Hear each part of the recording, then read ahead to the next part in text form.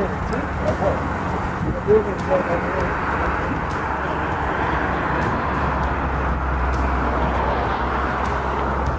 going on today? Hey, officer, how are you? Officer, what's your name? Barber. Officer Barber. You're Quincy? I thought they called county. Call both of us. I'm just out here taking photos out in public, that's all. The prison? Yes, sir. Okay. Yeah, there's inmates right there. I saw them washing this vehicle. Why are you taking pictures of? I'm a journalist gathering content for stories. It's investigative journalism. You got a ID on you? What type of ID do you mean? Driver's license, any type of ID? What's your name and date of birth? Well, let me explain to you. I'm standing on a public sidewalk, taking photos out in public. And that's fine. I asked you for your ID. I understand, but if I'm not being detained, I'm not going to produce any identification. Yes, sir. You need to move along there. Like you said, this is city property, so city right away. What would happen if I don't move? Go to jail. For what? For what? Yes. Because I've actually moved along. You're taking pictures of a facility that. Is that illegal? Then? We don't know if you're staging a breakout. I'm not staging a breakout. I told you I'm a journalist gathering. And then at this point, it's loitering because I actually find that you can't produce it. You had to produce it. You're taking pictures of a facility that houses inmates. Right. I've explained to you I'm an investigative journalist gathering content for story. I need your ID showing that. And I have no obligation to prove to you who I am. Yes, you do. Look, if I'm not being detained, I'm gonna say. In this investigation, we witness a tense confrontation between a journalist and a local law enforcement officer. The officer, without any clear suspicion of a crime, detains a man for over 2 hours, demanding identification. Our subject asserts his rights, explaining he is a journalist taking photos on a public sidewalk for investigative purposes. Despite his repeated explanations and constitutional protections, the officer insists on producing ID. This scenario highlights the delicate balance between law enforcement duties and civil liberties, demonstrating how quickly interactions can escalate when rights are misunderstood or ignored. Stay. You have a nice day too. You're free to go. 13 and 109. If you could be in route, please. Are you actually? Who's that over there? Are you trying to trespass me from a public sidewalk? No, I'm asking you to walk along. Keep moving. I'm not gonna keep it.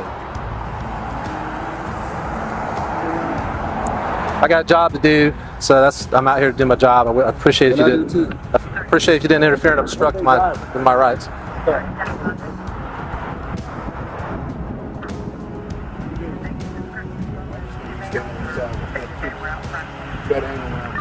However, with 10 miles out with them, we lost connection with our caller. Quincy PD has a unit. I'll go down there and see if they put the liquor store. I have no good control to go down there. Oh, he got a scanner. That's why he know he's coming. I'm a journalist. Journalists have scanners. Right? I mean, that's what journalists do. We have scanners. We know what's going on.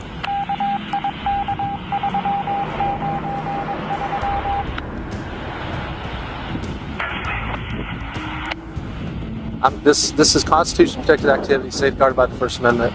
I have every right to do this. You from Florida? I'm not answering any questions. The journalist calmly clarifies that his activity is constitutionally protected under the First Amendment. He records the facility and refuses to provide identification while standing on public property. Officers attempt to coerce compliance, citing state law requirements, but fail to justify why the journalist is being detained. The situation grows increasingly tense as the officer claims potential security concerns, while the journalist reiterates his role as a lawful investigator gathering content. This exchange illustrates the challenges of asserting civil rights during public interactions with authorities. Because if you're from Florida, you should know that Florida also requires everybody to have identification, which is state law. So you have to have identification on you at all times? It's state law. Look it up. He's a lieutenant in the sheriff's office? Yeah. Even better. All right. How are you? Yeah. Get it right there. He had to take a picture of the prison inmates. Don't want to produce ID. Why are you doing that, We sir? can verify who I've explained to the officers. No, explain it to me. I'm going to explain to you what I'm doing is I'm a journalist gathering content for story. Investigative journalist gathering content for story. And beyond that, investigative journalist gathering content for story. If I'm not being detained, I'm not going to produce any ID. It's none of y'all's business who I am. It's none of y'all's business what I'm doing. It's an investigative story. You need to produce something. Don't tell me it's none of my business. You had taking pictures of a correctional facility, That's right. and we want to know why. And I was taking pictures of the inmates, right? I've just explained to you Why? why. I'm an investigative journalist gathering content for But a you story. produce the investigative journalist ID as This is well. my identification. A number I can call, or something. Like I said, it's none of your business. Unless I'm being detained, I'm not producing the ID. As a matter of fact, if I'm free to go, have a nice day. Am I free to go? No, you're not free to go. Throughout the encounter, the officer continuously questions the journalist's intentions, implying criminal motives. The journalist responds with clarity, emphasizing that his work is investigative and that he has no obligation to produce ID while not being detained. Video footage serves as evidence, reinforcing the journalist's statements and highlighting the officer's overreach. The exchange underscores the importance of understanding the limits of police authority, as the journalist maintains composure while officers attempt to escalate the situation without lawful cause. I'm not free to go. So I'm being detained. No, sir, I need to see my ID. Okay, well, if I'm not being detained, have a nice day. I need to see my ID. Sir, I'm either being detained or I'm free to go. Either one. You're actually committing obstruction right now by not giving us an ID. Okay, what's going to happen if I don't produce ID at this point? What will happen? I'm not refusing. Or standing on the sidewalk. He was alleged to have been in the parking lot. Now, I personally didn't see it. I didn't see it, so I don't know. When I came out and encountered him, he was on the side. Am I being detained or am I free to go? It's one or the other. No, I need to see my ID. Officer. He got I'm sorry, this off Lieutenant. YouTube. He got this off YouTube. Exact same subject, did this exact same thing on YouTube. Right, this is comical. And then he this wants is- to write about it, and this is It's because you guys are infringing on my First Amendment rights. This is a public sidewalk. This is constitutionally protected activity. I've explained to you that I'm a journalist. And you never were not- stepped foot off the sidewalk? I have never set foot off the sidewalk. You would have an ID tag. You would have something. I do have an ID tag, but what I'm telling you is it's none of your business. I'm not producing ID unless I'm being detained. For This isn't security purposes, yes. There's also a gentleman. He recorded down there. Yeah, he's recording right down the road. He has a Am I free to go? No, you're not free to go. So I'm being detained. You're not free to go. I'm not free to go. As the discussion continues, confusion arises over whether the journalist is free to leave. The officer asserts detainment, while the journalist repeatedly asks for clarification of his legal status. He challenges the officer to provide reasonable suspicion or articulate a crime that has been committed. The officer relies on vague security concerns, illustrating a frequent tactic used in public interactions to assert control. This segment demonstrates the critical need for citizens to know their constitutional rights and how to assert them respectfully when confronted.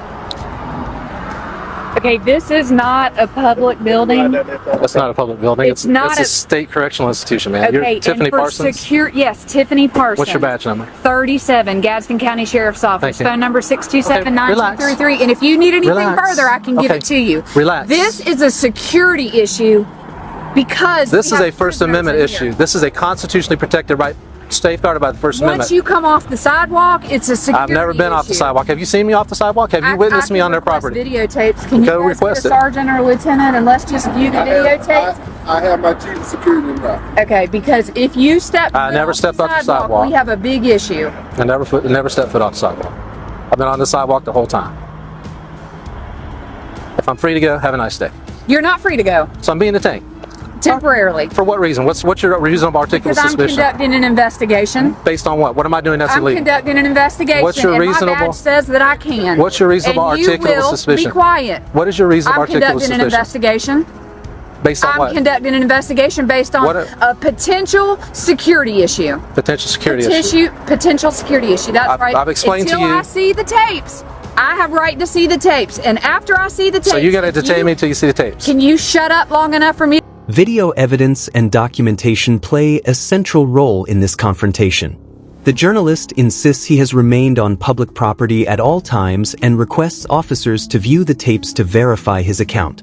Despite clear evidence, officers continue to challenge his assertions, emphasizing the tension between constitutional rights and law enforcement procedures.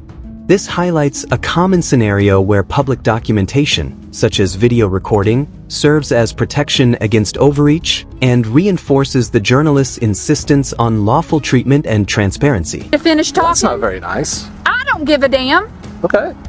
Until I see the videotapes, I am officially conducting an investigation. Once I view them and I see that you never step foot on this property, you are free to go. What's your reasonable articulable suspicion that I stepped foot on that property? What's your reasonable articulable suspicion that I've committed a crime?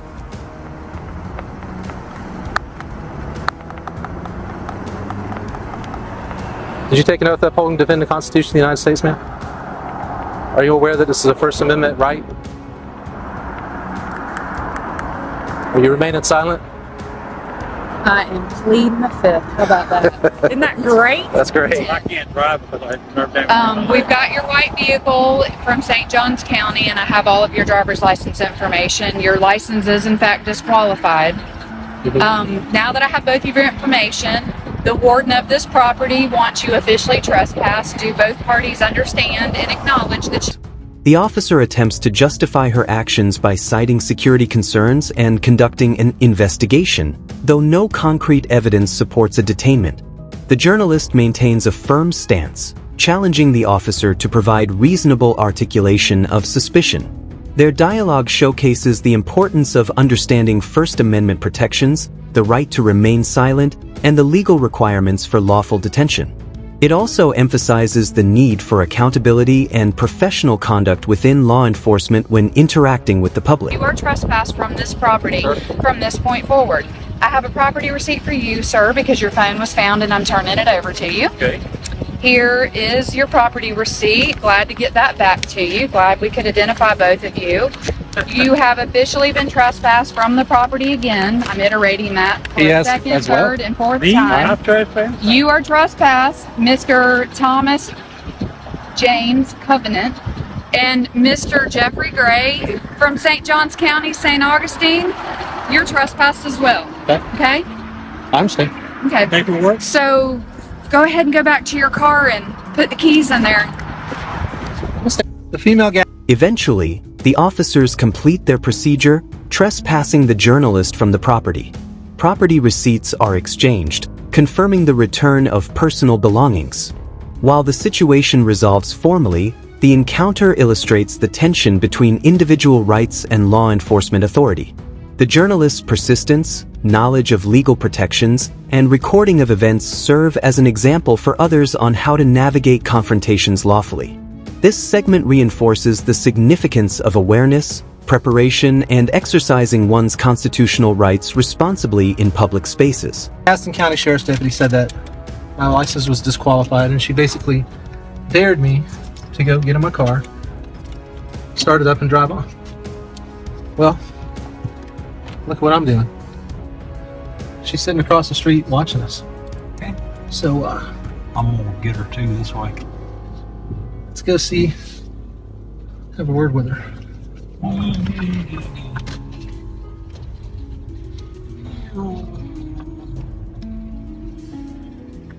Just wanted to say bye. Have a good day. Driving my car.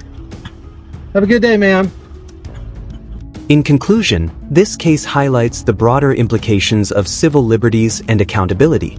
Officers who disregard rights create unnecessary conflicts, underscoring the importance of public vigilance. Citizens must remain informed, assert their rights, and document interactions to prevent abuse of power. The journalist encourages viewers to support awareness campaigns, subscribe to educational channels, and engage in civil discourse to help others understand their rights. This narrative demonstrates that knowledge, composure, and persistence are vital tools in upholding constitutional protections while fostering accountability in law enforcement.